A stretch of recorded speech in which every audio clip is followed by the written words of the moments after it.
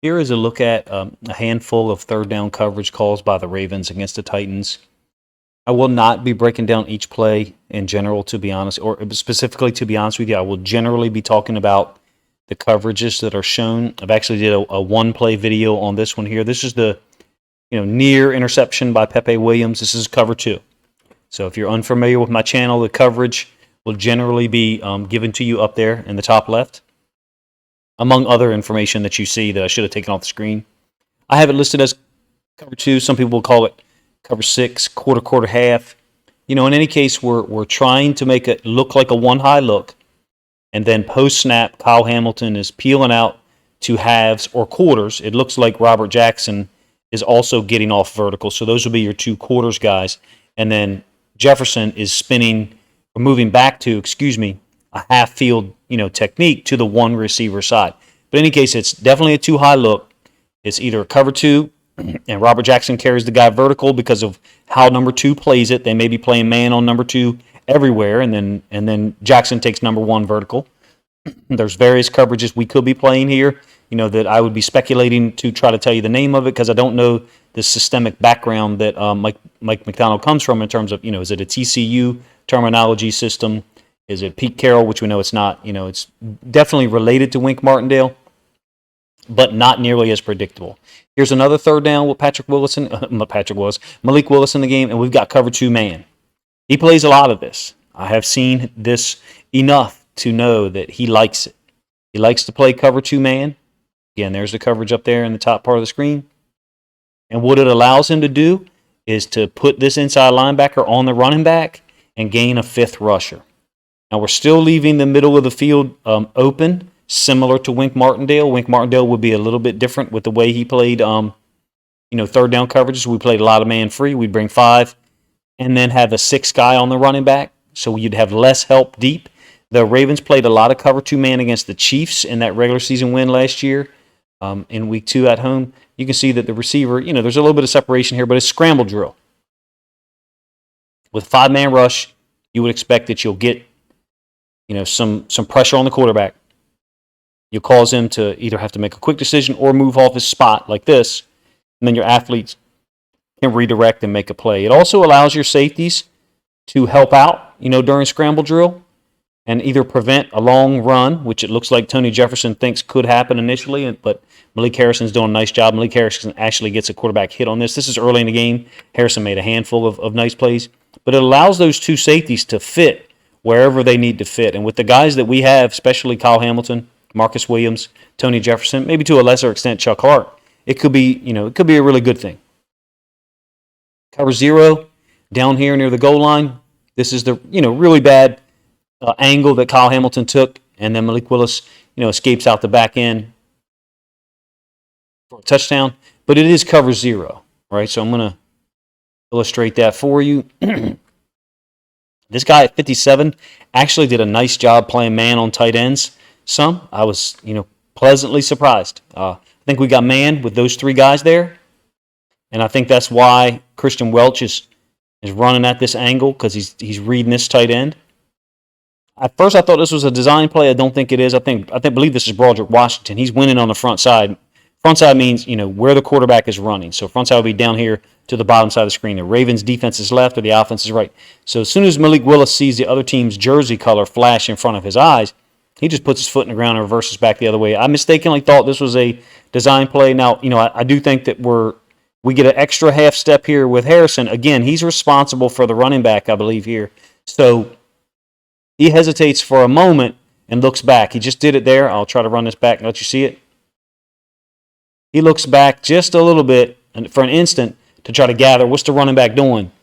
And I wish he had that split second back, because you can see he's in trail, and then the angle he gets, he doesn't do a good job of sinking his hips and getting his pads below Malik Willis's pads at all. Playing on that inside hip shouldn't allow that comeback like that or that cutback like that. So cover 0, can sometimes leave space open. Kyle Hamilton clearly needs to take a better angle as well.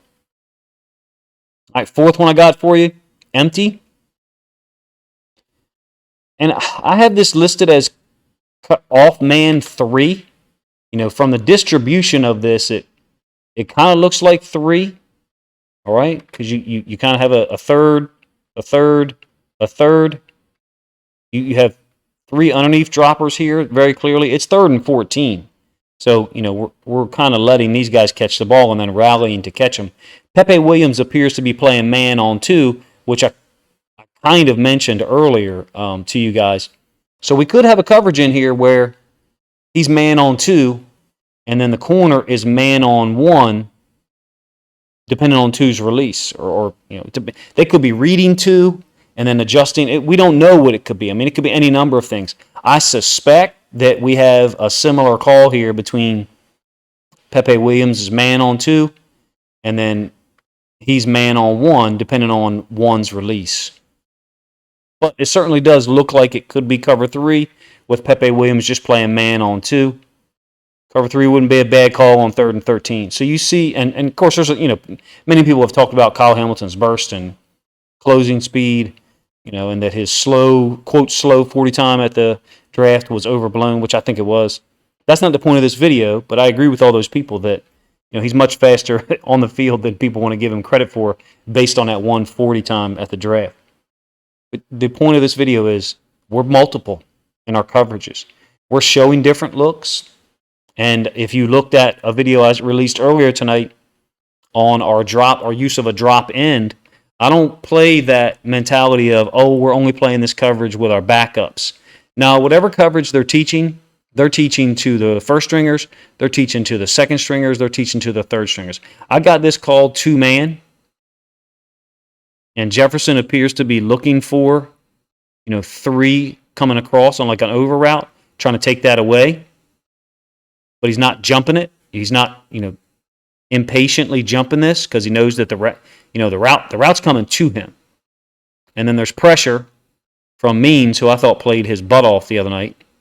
And then Jefferson's trying to figure out where to fit. And, we've got a late scramble drill guy coming across the field that's available to the quarterback. That's a long way for, I think that's Christian Welch to chase a tight end. I'm going to rewind that back because on the previous play I indicated that I thought he had done a nice job playing man on some of these tight ends in certain situations. So there he is playing man there. Making contact, trying to be heavy with his hands, stay on the inside hip. I think he gets lost a little bit here. He got lost by that little, slight deke with the head the tight end gave him. So I really don't think he should, he shouldn't go for that. He didn't go for it, but he lost leverage on the inside hip. So you can see, there's a little bit of separation there. I still think he did a nice job in most of these situations playing man on tight ends. So you got 2-man at least twice. You got like an off-man cover 3 variation that I showed you. The first play I think was cover 2 zone, or maybe quarter half from a too high look post snap. So I think there's some versatility that's built in here, and I think it's showing. Next one, 3rd down. This is with the other quarterback in the game, and it's man free. And it's another example of, first of all, we're playing man. Robert Jackson's in an impossible situation. This is impossible. It's mesh-ish, is what you see the label as up here. Mesh, really actually this is mesh. You get 2 underneath shallow crossers, and you get the tailback usually running a wheel of some sort. And the person, the player, the route that's, in my opinion, always open on this is the guy who's coming from the opposite side of the running back. Why? It clears open all this space here. So watch how this works out, and then I'll rewind this back to talk about the drop end a little bit. You can see the running back clearing out of here, bringing Josh Ross with him.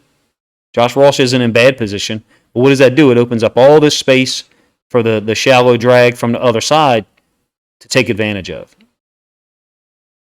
Why is Robert Jackson beat so bad? Well, he had to run through like 4 people to do it. Here's Jackson.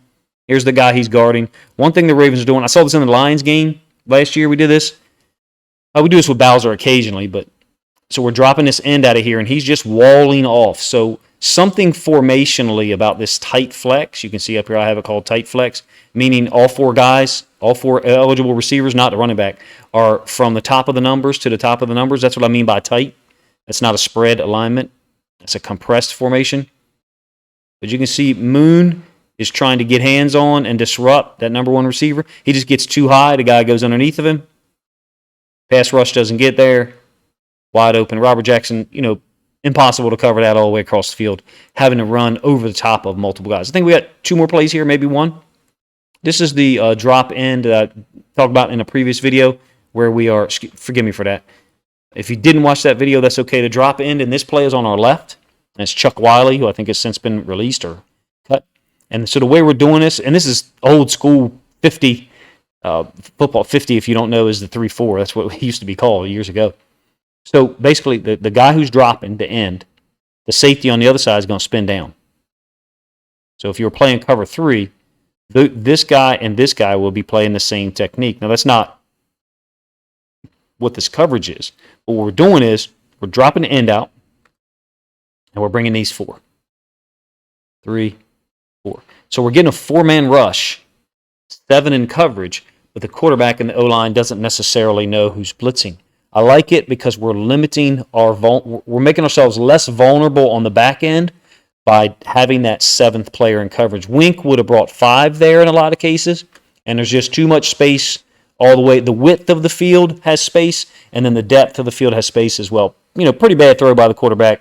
Worley isn't playing this spectacular, but he's given a lot of effort. He gets spun around once. He's given a lot of effort. Certainly if the ball was thrown, if the ball was thrown out here, maybe the receiver has an opportunity to go get the football. But that's not the point of what we're talking about. We're talking about the different coverages we're using. I think you've got man here with Worley, the drop in to help out. And then I think you've got some type of zone call up here. I'm seeing zone turns and the safety dropping down to play essentially the curl area. But I think I can kind of move through some of this quickly in terms of the coverages, just trying to illustrate you that we are playing different coverages. This is actually very similar to the one I just showed you, except it's mirrored. There's the drop end. Now, he's still closest to you. So what does that mean if you believe my contention? Is that this safety is the guy who's going to drop down, and then this running back is the guy who's going to blitz and create that 4-man rush. Same situation. 1, 2, there are actually 2 hats in there. 2, 3, 4-man rush. There's the drop end. There's the safety spinning down opposite the drop end on the other side. Not saying whether this is a good or a bad coverage, only illustrating this to show you that we got a lot in. It makes sense. They're professional football players, professional football coaches. They should have a lot in, right? Kind of looks like 3 to me, but Robert Jackson's taking a man turn. Doesn't necessarily look like 3 there. And then I think this is Seymour 25 is expanding too far. Simultaneous to that, Josh Ross is too far that way, and Seymour is too far that way, creating the opening between them. I think the spacing in a cover 3 should be, curl flat right here, hook curl right there just outside the hash because the NFL hashes are thin, they're close together. Hook curl right there, and then curl flat here. But, Dalen Hayes is an outside linebacker. He doesn't take pass drops all the time. He might do a drill every day, but he knows that it's the drill to practice his pass drops, all right? So it's kind of a simulated situation. Anyway, that's a look at some of the coverages the Ravens are playing, how I think will be more multiple. What's the drawbacks? So let's be real. You can blow some coverages. That one right there, Kevon Seymour, I think expanded, and Josh Ross brought him too close to the safety who was spinning down. So those two essentially ended up guarding almost the same hook area. And if you ask me, Josh Ross should have been further towards the bottom of the screen, and Kevon Seymour should have been more patient, less aggressive in terms of expanding. He basically ended up playing right up next to Dalen Hayes. So you open yourself up to that by playing multiple coverages because you're practicing more. You're asking one guy to play 2 or 3 different techniques on different coverages. Well, that's what Super Bowl winning teams do. So I offer to you that part of our system under Wink was limited because we only played a small amount of coverages. We had great corners, specifically when Jimmy Smith was healthy. Marlon Humphrey, Marcus Peters, once we got him in 2019, and then Jimmy Smith. You can't get better than those 3. I understand. But I think sometimes those guys can be even better in a zone defense because they're able to use their skills, spatial awareness, and their film study of the route combinations and the width of the routes versus just their physical gifts of, I'm going to overwhelm this guy with agility and leverage and hand placement because I'm a great athlete who's got great technique as well. Let me know what you guys think of some of my thoughts. I really like what we saw defensively on third downs. We were going up against a rookie quarterback, and then the second guy Woodside or something like that. I don't mean to denigrate him, but I don't really know his name. Certainly, those guys are not among the top right now in terms of throwing the football and diagnosing coverages. The Ravens are putting film out, though, showing that as a quarterback, you're going to have to process certain things post-snap, which could slow your progression, slow up your reads enough to allow the pass rush to get there. And in my opinion, that's what Wink Martindale didn't do enough of.